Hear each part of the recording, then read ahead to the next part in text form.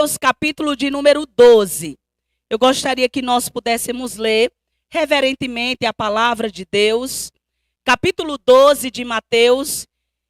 E nós vamos ler a partir do versículo 15. Se você puder, permaneça com sua Bíblia aberta, que vamos citar alguns textos. E como vão passar alguns minutos sentado, se você pode ficar de pé para a gente ler a palavra, eu agradeço. Amém? Mas fiquem à vontade. Todos encontramos? Amém? Mateus capítulo 12, nós vamos ler a partir do versículo 15 até o versículo de número 21.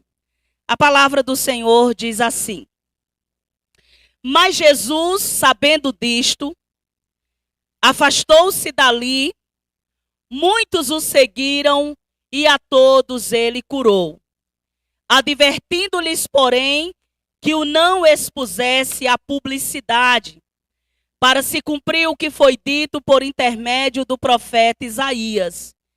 Eis aqui o meu servo, que escolhi, o meu amado, em quem a minha alma se compraz. Farei repousar sobre ele o meu espírito, e ele anunciará juízo aos gentios. Não contenderá, nem gritará, nem alguém ouvirá nas praças a sua voz. Não esmagará a cana quebrada, nem apagará a torcida que fumega, até que faça vencedor o juízo. E no seu nome esperarão os gentios. Vamos ler todos juntos esse texto do capítulo 12, versículo 21? Pode acompanhar aí pela a tela. Vamos ler juntos? E no seu nome os gentios esperarão. Senhor, nós louvamos o teu nome. Como é bom estarmos diante da tua presença. Como é bom, ó Deus, como igreja nessa noite nos reunir para entoarmos louvor, cantarmos canções ao Senhor, reconhecendo que bondade e misericórdia do Senhor, como diz a tua palavra, nos seguiriam todos os dias da nossa vida. Obrigada, Senhor, porque se nós estamos de pé como família, ó Deus, como pessoa, como indivíduo, como igreja, é porque de fato a tua palavra tem se cumprido na nossa vida. A bondade do Senhor tem nos sustentado. As tuas misericórdias têm sido feitas novas todos os dias, e nós te adoramos por isso. Ó Deus, nessa noite já entoamos canções onde te entronizamos, e nós oramos, ó Deus, para que o teu reino seja estabelecido neste lugar, nas nossas vidas. Nós oramos através de uma canção, que a tua vontade seja feita em nós, ó Deus, e nessa noite oramos para que a tua palavra encontre lugar nos nossos corações. Enquanto ministramos, enquanto, ó Deus, expomos as sagradas escrituras, o teu Santo Espírito que inspirou, ó Deus, possa nos fazer revelar em nós, ó Deus, aquilo que nós não conseguimos expressar, que o Senhor fale ao nosso coração. E que os nossos corações sejam terra férteis. Ó Deus, seja terras, ó Deus, onde a tua palavra, ela caia como essa boa semente. Ó Deus, como essa semente em uma boa terra, que há de germinar, gerar frutos para o louvor da tua glória. Assim nós oramos, fale conosco nessa noite, mais uma vez, em nome de Jesus. Amém. A igreja pode sentar? Irmãos, antes da gente tirar algumas lições práticas para a nossa vida, e de verdade eu quero, por favor, se puder deixar esse versículo aí, nós vamos usar como um versículo chave, ou um versículo como ponte para a nossa reflexão. Mas nessa noite eu queria falar sobre Jesus Cristo como a esperança de todos os povos. Quando nós olhamos, irmãos, e sabemos disso, nós estamos inseridos na sociedade. E nós sabemos que o mundo, as pessoas, elas buscam esperança em muitas coisas. Quando nós pensamos, o mundo anda buscando esperança no poder público. Muitos estão esperando naquilo que o governo pode oferecer. Quando nós pensamos e olhamos o quadro da nossa ou político, nós imaginamos e pessoas esperam ou põem sua esperança no homem em si, na política em si. Quando nós olhamos a nossa sociedade, irmãos, ela põe a sua esperança na ciência. Graças a Deus pelos grandes avanços que já houveram, pelas grandes descobertas, quantas coisas boas nós temos usufruído. Por quê? Porque a ciência, dentro dos seus estudos, homens pensantes, inteligentes, que Deus deu inteligência a esses homens, tem avançado, tem progredido. E muitos colocam a sua esperança puramente na ciência. Quando nós olhamos, irmãos, e muitas vezes, muitos de nós colocamos a nossa esperança em bens, em coisas, mas eles são passageiros. Nós estamos passando, daqui a pouco, tudo isso vai passar. E tudo isso não só vai passar, mas vai ficar por aqui. E em quem estará? Ou qual será o nosso destino final? Por causa de quê? Ou das coisas em que nós depositamos a esperança de vida. Nós olhamos e a nossa sociedade tem colocado a esperança em conceitos filosóficos, em ideologias. Nós estamos aí com tantas coisas que têm até mesmo influenciado a igreja, o pensamento cristão.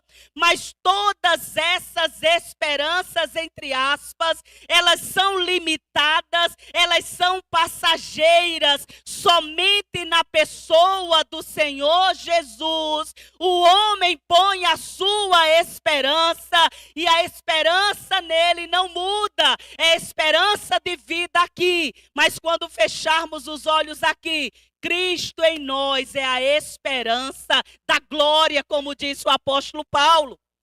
Então, quando nós olhamos, irmãos, a igreja de Cristo, ela tem uma grande responsabilidade. Eu gosto muito do que Pedro vai dizer do privilégio que nós como igreja temos. Pedro disse, olha o privilégio.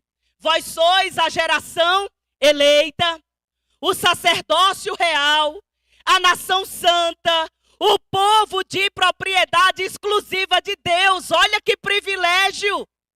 Mas dentro desse privilégio nós temos uma missão também. Todo privilégio implica em responsabilidade. E a responsabilidade nossa é proclamar as virtudes daquele que nos tirou das trevas e nos trouxe para a sua maravilhosa luz. Nós temos a responsabilidade de poder anunciar a esperança que um dia nos alcançou. Agora nós precisamos proclamá-la, não é, sem distinção de cor, sem distinção de raça, sem distinção de cultura, sem distinção de condições sociais. Nós precisamos proclamar o nome de Jesus, que é o único que pode dar esperança à humanidade caída desde o Éden no pecado. Quando nós olhamos para o texto lido nessa noite de Mateus capítulo 12, Jesus, ele está para consumar a sua missão. O apóstolo Paulo vai dizer em Romanos, lá capítulo de número 6, capítulo 6, o versículo 23, que todos pecaram e estão destituídos da glória de Deus. Não havia um justo nenhum sequer. Deus enviou o seu Filho amado. Deus enviou o Jesus, o justo, para que lá na cruz do Calvário ele pudesse, não é, morrer, levar sobre ele a condenação que estava sobre toda a humanidade. Todos pecaram e estão destituídos. Mas agora, por causa de Jesus Cristo, por causa da sua morte na cruz do Calvário, quando ele bradou na hora nona, ele disse, está consumado. Ele estava ali dizendo, a dívida do pecado está paga. Agora todo aquele que exerce esperança ou põe os seus olhos nele, que crê nele, agora tem esperança de vida eterna. Todo aquele que estava perdido, desgarrado como ovelha sem pastor, por causa de Jesus, nós encontramos, ele é o bom pastor que deu a vida por nós, suas ovelhas. Quando nós pensamos nesse texto, Jesus está para ir à cruz, Jesus está para consumar a sua missão, indo ser crucificado por amor à humanidade. Mas por causa dos seus grandes feitos, por causa dos seus milagres, por causa da sua palavra que causava impacto nos corações, muitos não só rejeitavam, muitos se levantaram e começaram a perseguir a Jesus. Quando você lê esse texto, irmãos, sempre, principalmente alguns em nome da sua religiosidade, eles se levantavam como instrumento de perseguição contra o Cristo. Não aceitavam a chegada, olhavam para Jesus, não tinha nada que agradasse, eles rejeitavam Jesus como Salvador. O texto diz que eles procuravam ocasião pela qual matar ao Senhor da vida. Eles passam a perseguir, eles queriam silenciar a Jesus de todas as maneiras. O texto diz que no versículo de número 9 até o versículo 13, que Jesus chegou em uma sinagoga e quando ele chega tinha um homem que tinha uma mão ressequida. Só que era um dia de sábado. E os religiosos, diziam que não se poderia ou não se podia curar no dia de sábado. Mas por causa disso, Jesus disse que ele era maior do que o sábado. E o dia de sábado era o dia de fazer o bem. E o texto diz que Jesus manda aquele homem pôr a sua mão sobre o seu peito, ele é curado. E isso gerou um tumulto. Isso gerou um levante contra a pessoa de Jesus, ao ponto que no versículo 14 nos diz que retirando-se, porém, os fariseus conspiravam, eles estavam tramando como a gente silencia esse Jesus, como a gente dá cabo a ele, como a gente aborta a missão a qual ele diz que veio para cumprir. Eles tentaram silenciar, mas Jesus, sabendo que não era chegada a hora dele ser glorificado, ele se retira ali da sinagoga, ele sai daquele ambiente, ele se afasta, mas quanto mais os homens queriam silenciar o autor da vida, mais as multidões eram atraídas e buscavam estar com ele. As pessoas, elas sabiam que à medida que chegavam ou que se aproximavam de Jesus, algo acontecia em suas vidas. E o versículo 15 vai nos dizer que muitos começaram a seguir Jesus. E muitos deles foram curados. E Jesus dizia, não fala para ninguém. Não era porque Jesus estava proibindo, é que ainda não era chegada a hora dele ser glorificado.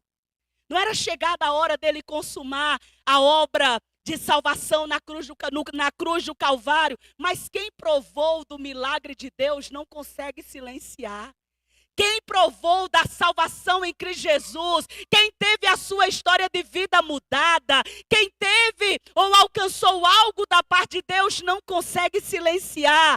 Quanto mais tentam nos calar, mais a gente quer dizer, eu conheci alguém que transformou a minha vida, mudou a minha história, interviu na minha família, deu um novo rumo para a minha vida. E agora, essa multidão não conseguia silenciar, mas Jesus disse que vocês permaneçam em silêncio, sabe por quê? Porque não é chegada a hora, não me expõe à publicidade para se cumprir aquilo que havia sido dito pelo profeta. Jesus é o cumprimento de todas as profecias que falavam acerca de um Salvador, acerca de um Messias, ele era o cumprimento. E nesse texto, Jesus está trazendo à memória, ou Mateus registra essa história onde Jesus, ele traz à tona a profecia de Isaías de número 42, do versículo 1 até o versículo 4. Jesus não andava gritando nas ruas, fazendo estardalhaço de poder. Tem alguma coisa errada com muito do evangelho que tem sido pregado nos dias de hoje. As pessoas querem holofote, as pessoas elas querem reconhecimento, elas querem aplausos, elas querem fazer para chamar a atenção. Jesus disse que alguém que faz isso já recebe dos homens. Que aplausos, os homens dão os aplausos. Está aí o presente de vocês. Mas Jesus chega, ele não faz estardalhaço, mas por onde ele passava, vidas eram transformadas, vidas eram alcançadas, mulheres eram curadas, viúvas que tinham seus filhos, recebia como a viúva de Naim o seu filho de volta. Um cego que era de nascença, Jesus vai lá, rejeitado por todos, mas Jesus o acolhe e ainda o cura. Jesus chega e transforma a realidade de famílias. Ele chega na casa de Pedro, uma mulher está doente, a sua sogra, ele vai lá e cura. Ele restaura, ele transforma. Então Jesus não chega, como disse o profeta, fazendo estardalhaço. Ninguém queria ouvir a sua voz, ninguém queria ouvir, nem fazia estardalhaço, nem contendiam com ele, tampouco ele gritava para que alguém o ouvisse. Mas o texto vai nos dizer que quando Jesus ele chega e o profeta Isaías, a profecia era, Jesus não faz nada disso, mas é no seu nome que as nações, que os povos, que os de Goiânia, que os de Pernambuco, que os brasileiros, que os peruanos, que africanos, que os europeus, é no nome de Jesus que eles podem esperar e ter vida e esperança de vida eterna. É só no nome de Jesus. O texto diz: e no seu nome esperarão os gentios. E é dentro, irmãos, dessa palavra de esperança. Só o Senhor conhece a sua história de uma maneira pessoal, individual. Só o Senhor sabe em quem você tem posto a sua esperança, os seus olhos. Só o Senhor conhece a tua história e quantas frustrações você tem vivido, porque estamos esperando no nome ou no homem. Mas a palavra de Deus nessa noite nos convida a colocarmos a nossa esperança naquele que é poderoso para fazer muito além do que nós pedirmos ou pensamos, segundo o poder dele que opera na nossa vida. A palavra nos convida a nós colocarmos a nossa esperança somente na pessoa do Senhor Jesus. É no nome dele que as nações poderão ser salvas. É no nome dele. O pastor nessa noite citou na ministração. Por causa da obediência de Cristo, o Pai lhe deu um nome que está acima de todo nome. Para que ao nome de Jesus se dobre todo o joelho, no céu, na terra e debaixo da terra, e que toda língua confesse que Ele é o Senhor para a glória de Deus Pai. É Jesus, é no nome de Jesus. Por que nós precisamos colocar a nossa esperança nele? Porque somente em Jesus. Eu vou falar o que é óbvio. Talvez você cresceu, independente do credo religioso, você cresceu sabendo disso, que Jesus morreu na cruz para nos salvar. E essa é a grande verdade da palavra de Deus. É somente nele, é somente em Jesus que os povos poderão ser salvos. É no nome dele que as nações precisam colocar a sua esperança. Essa palavra aqui, nações, talvez ela fosse mais ou melhor traduzida por povos, por indivíduos. É no nome de Jesus que nós podemos ter a nossa realidade transformada. Esperança de vida, meus queridos irmãos, a gente pode buscar em qualquer lugar, em muitas fontes, mas elas são momentâneas e passageiras. Esperança eterna só no nome de Jesus.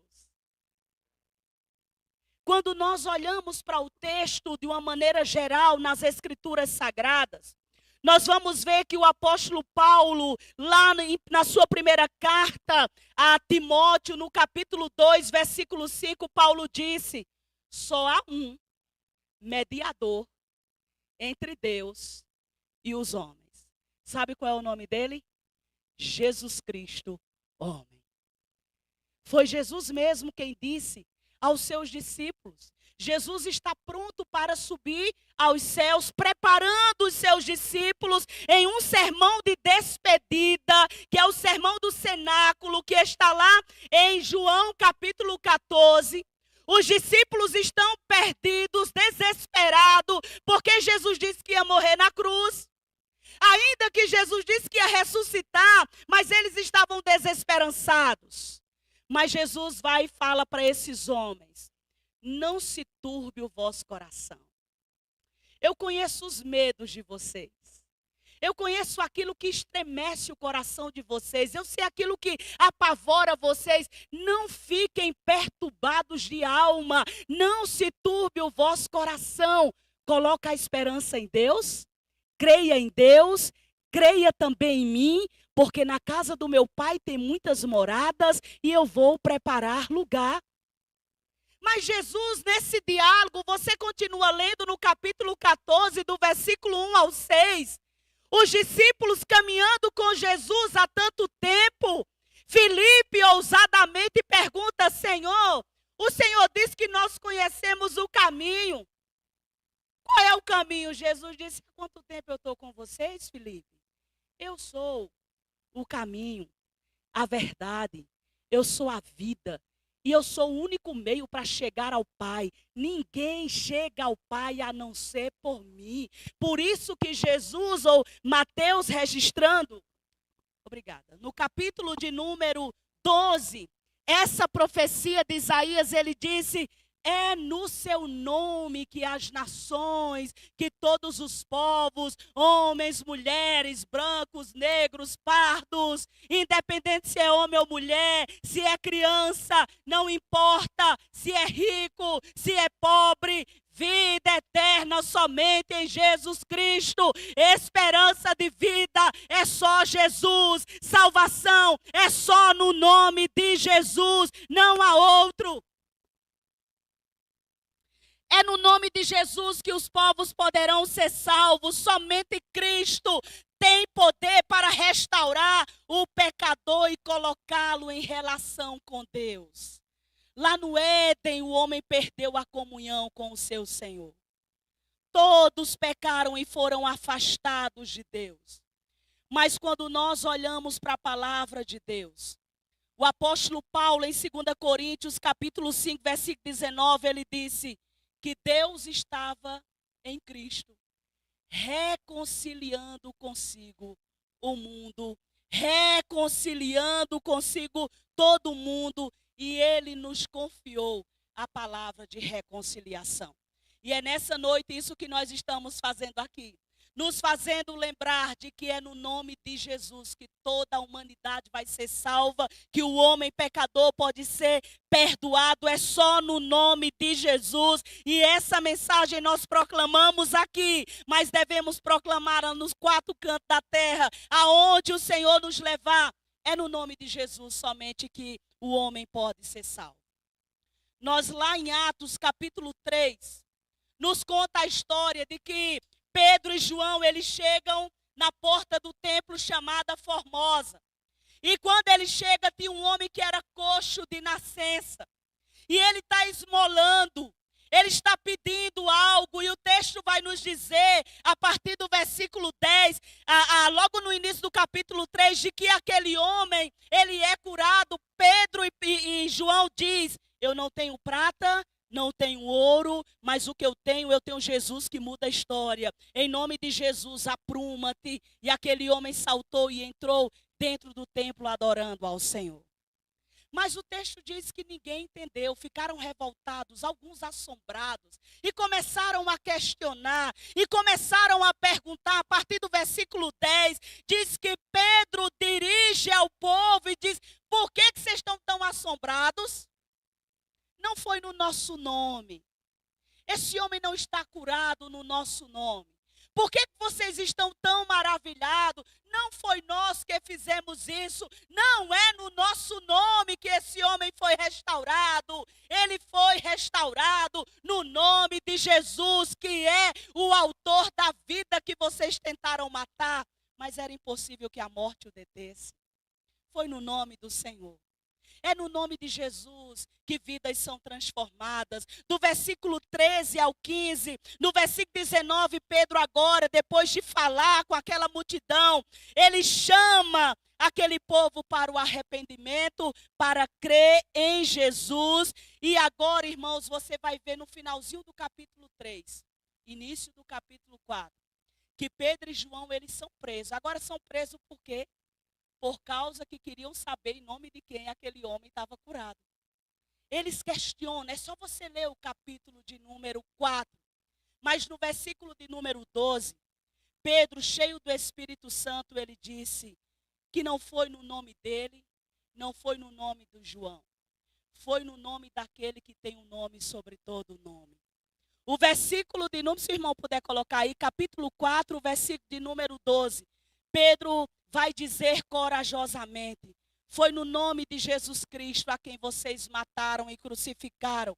Mas Deus ressuscitou ele dentre os mortos. Ele é a pedra que vocês rejeitaram, mas ele se tornou a pedra principal.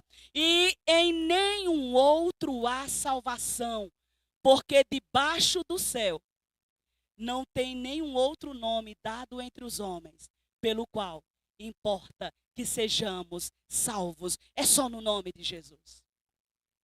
É no nome de Jesus que as nações poderão, que eu e você podemos colocar os nossos olhos e podemos ter vida abundante, somente no nome de Jesus. Por que que eu e você precisamos colocar os nossos olhos nessa esperança? E eu quero responder com uma segunda verdade. Por favor, não fique muito cansado, nós já estamos quase terminando. Canse não. Daqui a pouco a gente termina. Mas quando nós olhamos para a palavra de Deus, no próprio texto nós temos uma segunda razão. Por que que nós precisamos estar com os nossos olhos em Jesus como a nossa única esperança? E deixa eu dizer a você qual é a razão. É porque, meus queridos, Jesus está interessado nos fracos e nos sofredores desse mundo. Então Jesus só se importa com o pobre? Jesus só se importa com aquele que está abandonado? Não, Jesus se importa com as nossas debilidades, nossas fraquezas. Todos nós temos. Todos nós temos as nossas debilidades e fraqueza. É muito interessante quando nós olhamos para o texto diz assim, o versículo de número 20 do capítulo 12, ele não esmagará a cana quebrada e ele não apagará a torcida que fumega. Irmãos, quem de nós, em algum momento da nossa vida, não só em algum momento da nossa vida, mas por algumas circunstâncias dolorosas que enfrentamos, algumas adversidades que passamos, não nos sentimos como cana quebrada. Nos sentimos fracos, nos sentimos limitados, nos sentimos debilitados, aquela fraqueza que há dentro de nós, por mais que tentemos sair, por mais que tentemos nos levantar, nós nos sentimos fracos. E eu gosto de pensar muito nessa expressão, é que Jesus, ele conhecia e reconhecia, e ele entendia a minha e a sua fragilidade. Tem dia que a gente não quer muita coisa não, a gente queria só chorar. Tem dia que a gente olha e parece que a nuvem escura baixou e ela parece que não vai ser dissipada jamais. Tem dia, meus queridos, que se nós pudéssemos, nos jogava dentro do buraco e dizia, cobre-me terra. Muitos de nós passamos momentos em que nos sentimos fragilizados emocionalmente, espiritualmente e às vezes fisicamente. A gente cansa, parece que está lutando contra o vento, esmurrando o vento. E é muito interessante olhar para a palavra e ver que Jesus, ele reconhecia e entendia a fragilidade humana. Ao ponto que o profeta diz, é como uma cana quebrada. Um golpe pode romper essa cana. O paviozinho que está só fumegando. Quem viveu num contexto de roça como eu, sabe o que é isso? Quando não tinha energia. que a gente acendia um candeeiro. E para mim, pelo menos quando eu era pequena, a cor que me apavorava é quando via que a chaminha, ou o gás estava se acabando, ou o paviozinho já tinha se consumido. Que desespero. E principalmente por causa das histórias de terror que eram contadas. Aí era que eu tinha medo do pavio se apagar. Mas o profeta Isaías e Mateus, agora narrando as palavras do Cristo, ele relembra a profecia dizendo que o Messias que viria, aquele que as nações poderiam colocar sua esperança, ele não veio para esmagar o homem, ele veio para restaurar o homem. Ele não veio para nos anular, nos apagar. Ele veio nos reacender e nos fazer uma chama viva, agora testemunhando o seu nome. Quantos de nós nos sentimos cana quebrada? Você olha para a palavra de Deus, principalmente nos evangelhos, e a gente vai ver Jesus se importando com cana quebrada e pavio que fumega. Aonde, missionário? Os rejeitados, os marginalizados. Nós olhamos para a palavra de Deus, Jesus não fazia distinções. Aqueles que estavam perdidos nas suas angústias, independente da classe social, Jesus olhava sempre com compaixão e misericórdia. É só ler os evangelhos, irmãos. Vem uma cana quebrada em João capítulo 8. Uma mulher que foi pega em adultério e a lei dizia, apedreja, mata ela. Senhor, foi pega em adultério e a lei mandou apedrejá-la. Jesus disse, eu não vi apagar o pavio. Ele começa a escrever no chão. E Jesus olha para aqueles homens acusadores e diz, aquele que não tiver pecado, atire a primeira pedra. Um a um foi saindo. Porque todos pecaram. Um a um foi deixando. Um a um foi se afastando. E agora a cana quebrada olha para o seu Senhor. O seu Senhor fixa o olhar naquela mulher adúltera. E diz para ela, onde estão os teus acusadores? Ninguém te acusou. Ninguém quis te apedrejar. Ninguém te matou. Ela disse, não, Senhor, ninguém. Ele disse, eu tampouco, eu não vim te esmagar. Eu não vim te quebrar. Vá em paz e saia dessa vida ruim. Não volte mais à mesma vida de pecado. Jesus não veio esmagar a cana quebrada. Ele veio restaurar. Nós precisamos proclamar essa mensagem. Precisamos aceitá-la no nosso coração. Porque quantos de nós, em tantas circunstâncias da nossa vida, nos sentimos uma cana que está esmagada. Lá na minha terra, a gente ainda diz assim, estou só o bagaço. A cana já moeu tanto que ficamos só. Foi tanta pressão, foi tantas situações. Foram tantas dores, tantas histórias vividas que nos sentimos como cana quebrada. Jesus olha para as multidões e ele tem compaixão delas. Nós olhamos para o texto lá em Mateus, capítulo de número 9, do versículo 10 ao 13, havia um monte de cana quebrada. Publicanos e pecadores, porque para o judeu já julgava, é publicano, é pecador, é alguém que rouba, alguém que faz serviços ou trabalhos ilícitos, cobram juros exorbitantes. Aí Jesus chega, os publicanos e pecadores vão para perto de Jesus. E aqueles religiosos começam a gozar. Olha, chega por dizer assim, tá vendo que esse aí está dizendo que é Jesus? E come com publicano e pecadores. Jesus não veio para esmagar a cana quebrada. Jesus não veio para apagar pavio que fumega. Jesus olha para aqueles homens religiosos, os fariseus, que estavam questionando aos seus discípulos, e olha para eles, ouvindo o que eles haviam dito. No versículo de número de 10 a 13, o texto vai dizer, os sãos não precisam de médico. Alguém aqui vai para o médico sem sentir nada? Nenhuma dor na unha. A não ser no dia que você vai fazer um check-up geral. Que aí é recomendável. Pelo menos uma vez no ano. Precisamos passar. Para ver se está tudo ok. Os sãos, eles não precisam de médico. Quem é que precisa de médico? Quem está com alguma doença? Cana quebrada precisa do médico chamado Jesus. Pavio que fumega precisa do médico chamado Jesus. Jesus olha para aqueles homens e disse: vão vocês dentro da religiosidade de vocês e aprendam o que significa misericórdia. Eu não quero holocaustos, eu não quero os sacrifícios de vocês. Eu quero que vocês olhem e tenham misericórdia das canas quebradas. Quando nós olhamos para a palavra, irmãos, e tem um povo que, em nome da religiosidade, da espiritualidade, acha que cospe fogo e vai fazer fogo descer do céu. Poxa, missionário, onde é que está? Está lá na Bíblia. Você olha para a palavra de Deus, lá em Lucas capítulo 9, versículo 51 até o 56. O texto vai nos dizer que Jesus, ele ia para Jerusalém e era necessário passar numa aldeia de samaritanos. E samaritano para o judeu era considerado combustível para o inferno.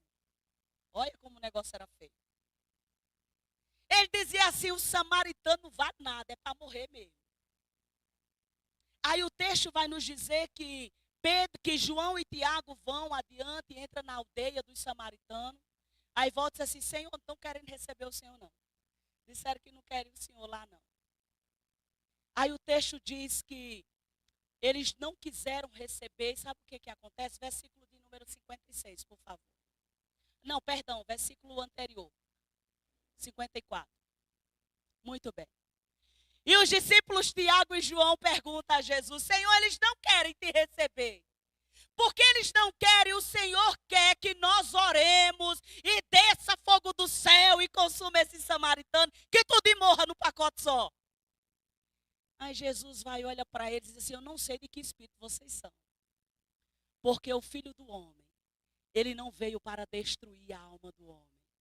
O Filho do Homem não veio para destruir as almas dos homens, mas ele veio para salvar o homem. Jesus é a esperança que todos os povos, que eu e você precisamos colocar os nossos olhos.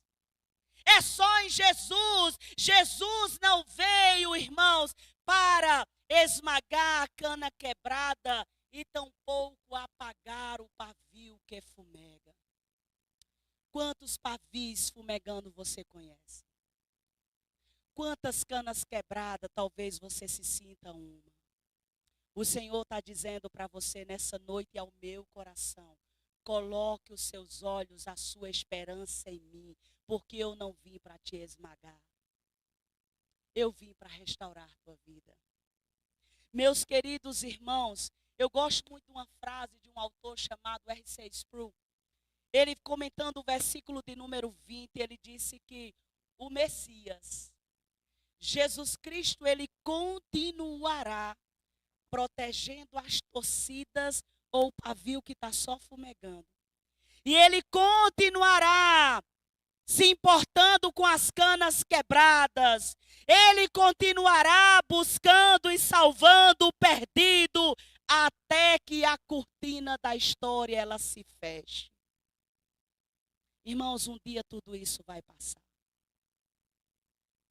É certo, nós vivemos como se não houvesse vida após a morte. Céu e inferno é uma realidade. Ninguém decide vida eterna depois da morte. Se define vida eterna porque Cristo a definiu. Aquele que crê em mim, ainda que morra, ele vai viver. Ele é esperança de vida aqui. Mas se você fechar os seus olhos aqui, você abre eternamente com ele. E no grande dia dele, nós ouviremos a sua doce voz dizendo, venha para cá, chegue, bendito do meu Pai. Entre para o gozo do seu Senhor. Mas também, irmãos, a vida eterna, a Bíblia fala da realidade do inferno. E o inferno é lugar de tormento eterno. O que nós passamos aqui não é nada. E às vezes a gente ainda diz assim, isso é o inferno. É nada. A Bíblia diz que é onde o fogo não se apaga, o bicho não morre, tormento eterno. Então, se hoje a gente ouvir a palavra do Senhor, Ele não veio para jogar nós lá, Ele veio para restabelecer e dar uma vida, e uma vida eterna. Mas nós definimos, se hoje ouvir a palavra do Senhor, nós precisamos, irmãos, não endurecer o nosso coração. É no nome de Jesus que nós temos esperança de vida eterna, é só no nome de Jesus. E eu quero encerrar essa reflexão nessa noite, dizendo que nós precisamos colocar nossa esperança em Jesus Cristo, Filho de Deus. Mas também, se você já colocou sua esperança nele, você precisa ser instrumentalidade de Deus, usado pelo Senhor, para sair nos 4 cantos de Goianésia, de Goiás, do Brasil, entre as nações, proclamando que Jesus Cristo é aquele que veio para dar vida em abundância, e somente nele todas as nações poderão esperar e poderão ter vida. Eu quero deixar essa palavra ao teu coração. Antes de nós estarmos aqui, eu orei ao Senhor. Senhor, qual é a palavra para a tua igreja? É um encontro de missões. Mas o Senhor sabe aquilo que nós estamos precisando. Um dia eu fui cana quebrada. E mesmo já como missionária, eu quero falar agora os servos de Deus. No ano de 2016 eu estava no Peru, cansada, mas continuei buscando força em Deus, caminhando, fazendo a obra. 2017 começou a chegar uma síndrome de pânico, dando sinais. Burnout. Uma série de situações eu vivi e eu quis parar. E um dia eu morava em cima, no primeiro andar, a igreja era embaixo. Uma terça-feira, nunca esqueço, eu precisava me preparar para pregar à noite no culto. Mas eu estava tão desanimada, eu estava uma cana quebrada. E eu falei com Deus à tarde, tomando um café na minha mesa, me preparando para ir para o culto, orando. Eu disse, Senhor, eu preciso que o Senhor fale comigo, como se a gente pudesse mandar em Deus, né? Esse quanto a gente quer ordenar a Deus. Senhor, eu estou mal. Senhor, eu acho que nem ministério eu tenho. Se o Senhor não fizer algo, não falar comigo, eu vou escrever uma carta para a minha igreja. Eu vou dizer que eu me equivoquei, eu não tenho chamado, eu não tenho ministério, eu não sou missionário. Por favor, me leve de volta para o Brasil. Eu sou inteligente, de formação, sou professora. Eu vou trabalhar em qualquer outra coisa, mas eu estava a cana quebrada. E eu disse para o meu Deus, se o Senhor não falar comigo, eu vou embora. Eu vou escrever, vou embora do Peru, agradecer pelo tempo que me recebeu. Vocês já acham que alguma coisa aconteceu? Me preparei, me arrumei, fui para o culto. Voltei do culto naquele dia, ministrei, mas a cana quebrada estava lá pregando para o povo. Terminou o culto, eu subi para casa sozinha. Eu morava só. E eu disse, Senhor, fale comigo, Senhor. Senhor, eu não quero desistir não, mas eu não tenho mais forças para caminhar, Senhor, eu não aguento mais. Meus pais, minha mãe já tinha falecido, meu pai morava aqui no Brasil. E Deus não falou nada comigo. Sabe aquele dia que um livro, 66 livros, nada fala, um versículo da Bíblia não tinha. Eu abri de todo jeito, nada falava comigo. E eu chorei. Alguém já foi dormir depois de muito choro? Aquele sono pesado, né? Os olhos pesam.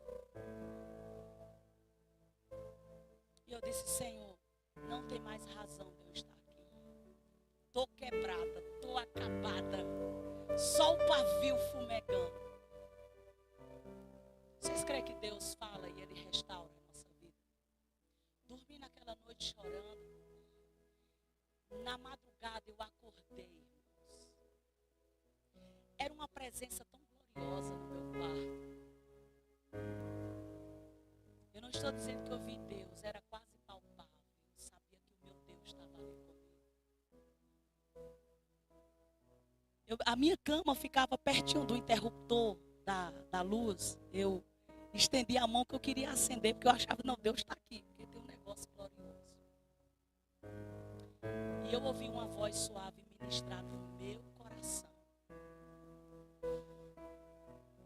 Eu sou o Deus que lhe trouxe para esse lugar. Todas as vezes que você acha que está só, e que você põe a sua cabeça no seu travesseiro, eu, Senhor, velo pelo seu sono. Não tenho lhe deixado só. A minha promessa na palavra para o seu coração é que eu nunca te deixarei, jamais te abandonarei. Eu estarei com você todos os dias até a consumação